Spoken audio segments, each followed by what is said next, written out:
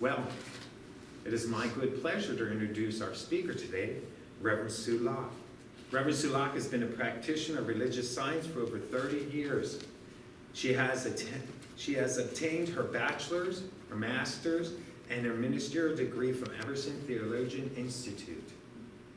Reverend Sue shares that she is thrilled to be a part of Joyful Gathering, and we're certainly thrilled to have her as a part of Joyful Gathering spiritual community. She adores her husband, Frank, her 3 children, and her 4 grandchildren. And they are the joy and greatest blessing in her life. And you just have to Facebook friend her to see that.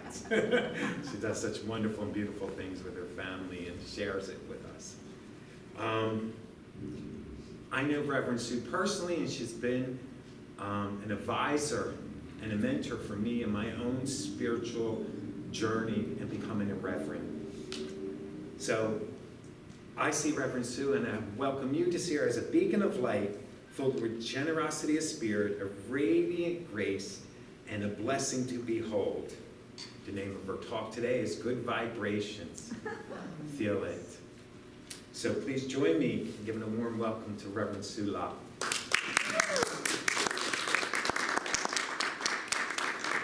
I'm picking up Good vibration. I'm in a good vibration. I'm walking her to the studio. vibrations. Thank you. Thank you, Michael. Reverend Michael, I should say. Isn't he wonderful? Yes. He's just fabulous. He's such a bright light. And I'm thrilled to be here, and thank you all for coming. So, today, we are talking about choice. We're talking about choosing to be a good vibration. Choosing to be a good vibration. Our friend Ernie Holmes tells us we are all spiritual broadcasting stations. Oh, thank you. We're all spiritual broadcasting stations. We are each a part of the ebb and flow of the universe. Take that in for a second. We are each part of the divine ebb, the divine flow of energy and forces that emit power throughout the universe. Pretty incredible stuff. And yet, here we are. Energy, we know, can't be created. And energy can't be destroyed. It just is. But it can be transmuted. It can be transmuted. And when we think about the fact that we are each constantly emitting energy, whether we realize it or not, we are putting out energy from us, and it's being transmuted through us as God beings. It's being transmuted through us via our consciousness, being present here today. Being present here today, we've each changed the service. We've each changed each other's lives. We've each changed each other's experiences. We can't help it. We are energetic beings. We are God essence showing up. And here we are. And we are impacting each other. So today, when we talk about vibrations, we are really talking about what is it we are emitting as powerful beings. What is it in us that we are generating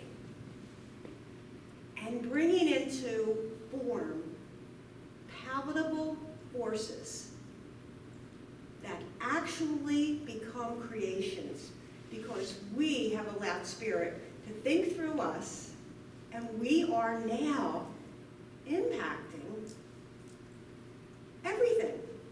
Not just where we're at in this moment, but the vibrations we're sending out are continuous. Because remember, energy can't be, what? can't be destroyed. It can just be transmuted, and we have that power. Whew. By being here today, we've each changed our immediate environment. The beautiful songs you sang today. Whew. How cool was that? Hmm? I mean, really? Did that lift your vibration? That just bring a new essence into this beautiful space? I'm going to read from the Essential Ernest Holmes. Ernest Holmes was a mystic, a very devout man, and he actually spent time becoming what I refer to as a spiritual psychologist, thinking about how our energies, how our thoughts, how our emotions are impacted by our spiritual being. This is from the Essential Ernest Holmes. John Smith was humming a gay tune and seemed to exude great confidence in himself and the world as he boarded the streetcar. Anybody remember streetcars here? I do. He sat down next to a man who was filled with fear and apprehension. By the time John Smith got off the car, he was in the grip of a terrible anxiety that he could not explain. It is possible for us to catch fear from others as much as we could catch a cold. For we are all unconscious, mental, emotional, and spiritual broadcasting stations. Think about that. We're all a spiritual broadcasting station. This takes us back to the thought in the Bible which says that a man's enemies shall be those of his own household. For our real enemies are our own fears and phobias, our own doubts and uncertainties, our own anxieties and inner conflicts. There is a divine intelligence that knows the right answer. There is a divine intelligence that always knows the right answer and accepts the statement to be true. There is a God who's specializing in us. Isn't that cool? God right now is specializing in each one of us.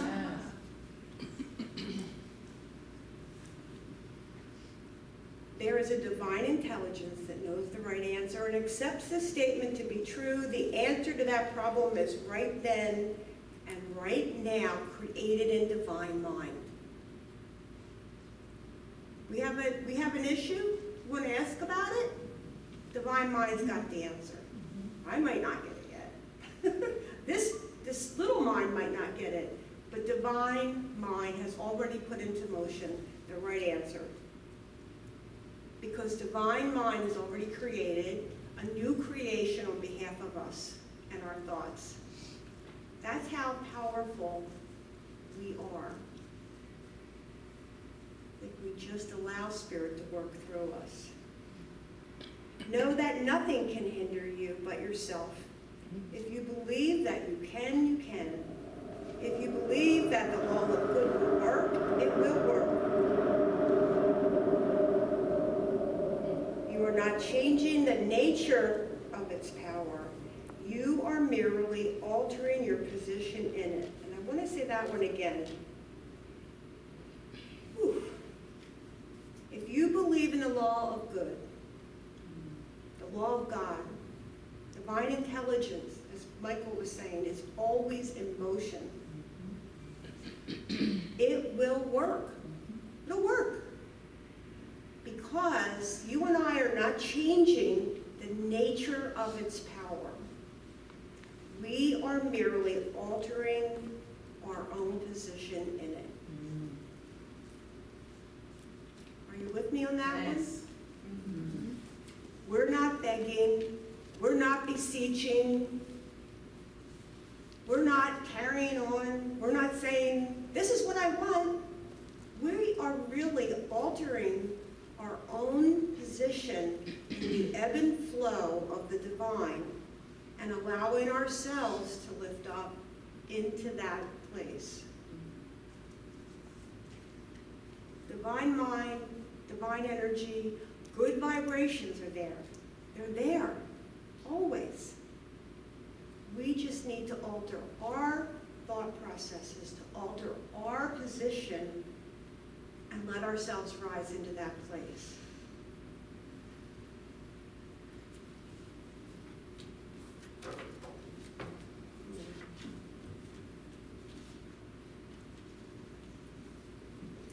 Poem from Rumi.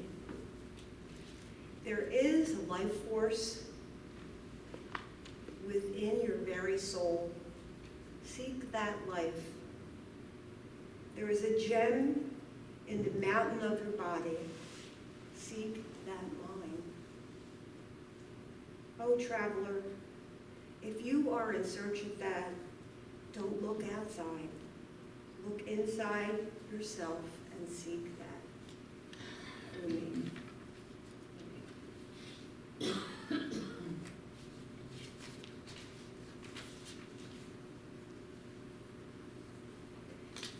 We're part of an interconnected endless web. I saw a picture this morning put out by Neil deGrasse Tyson that showed one picture and it said every dot was a star. And then there was an even more, I'll call it a congested picture. And it said every dot was a universe. I couldn't even get my brain around what I was looking at. It was so immense. It's so incredible what's going on. It boggles our mind. But if we bring things a little bit closer here, I want to read you a little bit of an article from the Smithsonian Magazine, which I happen to love. It's always got really cool stuff in it. I don't always understand it. I don't always get through it. But there's always some gem there that makes me go, wow, this planet that we live on is just amazing. And this particular article was about trees. Here, page. There we go. So while researching her doctoral thesis some 20 plus years ago, ecologist Suzanne Simard discovered that trees communicate their needs and send each other nutrients via a network of lattice fungi buried in the soil. In other words, she found out they talk to each other. They talk to each other. They're mushrooms. Who thought it? Trees of the same species are communal and will often form alliances with trees of other species. Forest trees have evolved to live in a cooperative, interdependent relationship maintained by communication and collective intelligence similar to an insect colony. These soaring columns of living wood draw the eye upward to their outspreading crowns, but the real action is taking place underground, just a few inches below our feet. Some are calling it the wood wide web. The wood wide web said. All the trees here and in every forest that is not too damaged are connected to each other through underground fungal networks. Trees share water and nutrients through the networks and also use them to communicate. They send distress signals about drought and disease or insect attacks, and other trees alter their behavior when they receive these messages. Scientists call these mycorrhizal networks. They are like fine hair-like tips of trees, and they join together with the microscopic fungal filaments to form basic links, and they talk to each other. The trees have become vibrantly alive and changed with wonder. They're communicating with one another for starters. They're involved in tremendous struggles and death-defying dramas. Sound familiar? These are the trees now, but this is what's going on with this small, tiny piece of this incredible universe. To reach enormousness, they depend on a complicated web of relationships, alliances, and kinship networks. This is what joyful gathering has become. a safe place, a place to communicate, a place to pray, a place to alert others of their goodness, but also if they need help, we're there, we let them know. This part I love. Wise old mother trees feed their saplings with liquid sugar and warn the neighbors when danger approaches. Reckless youngsters take foolhardy risks with leaf shedding, light chasing, and excessive drinking, and usually pay with their lives. Crown princes wait for old monarchs to fall so they can take their place in the full glory of the sunlight. It's all happening in ultra slow motion. That is tree time, tree time. And so what we see is a free frame of tree time action. So I love to be outside. I love to walk and see the trees. I never had any idea that this kind of energy, this kind of family was helping each other and connecting in these kind of ways. We're not alone. We certainly aren't anywhere near reaching our potential, and yet it doesn't matter because everything is conspiring for our good. Whether it's the trees, whether it's the divine intelligence that's flowing through us, whether it's the person that smiles at us or helps us get through a difficult time. We're all nurturing and supporting each other just like the trees. We're doing our best. So we're here today talking about good vibrations. Joyful gatherings, and just the name is a good vibration. Joyful gathering. Doesn't that bring you up a little bit? Yes. There's lots of places you could have gone today, but you chose joyful gathering. I'll take it, right? I'll take it. We need to make sure that we position ourselves in ways that support us as a human, so that when we're in a place that's not terrific, and believe me, we've all been there. We've all been on our knees. We've all suffered. We all know pain. And yet, the divine is there for us. And sometimes we just need to allow ourselves, when we talked about repositioning ourselves, we need to allow ourselves even the tiniest opportunity to let the light in. Just the teeniest tiny opportunity can make such a difference. Sometimes we maybe just need to open the curtains and let the morning sunshine in. Maybe we need to read some beautiful poetry. Maybe we need to surround ourselves with colors that brighten us. Yes. This particular top was given to me by my sister. Not only do I love yellow, I love sunflowers. And sunflowers, by the way, I'm sure you all know, when two sunflowers are together, if one's getting some sunshine and the other isn't, you know what they do? They turn towards each other. And this flower that's getting the energy shares it with the sunflower next to us. That's the amazing energy that's around us all the time. So when you think about a sunflower shifting, I want to think sometimes about how each of us might access a higher vibration.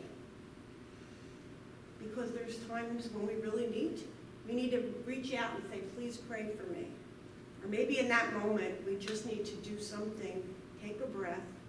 And I think it's interesting because if I stand here and I want something different, but I'm just standing here and I'm looking this way and I'm focused this way and I'm going to go that way, I'm going to end up where?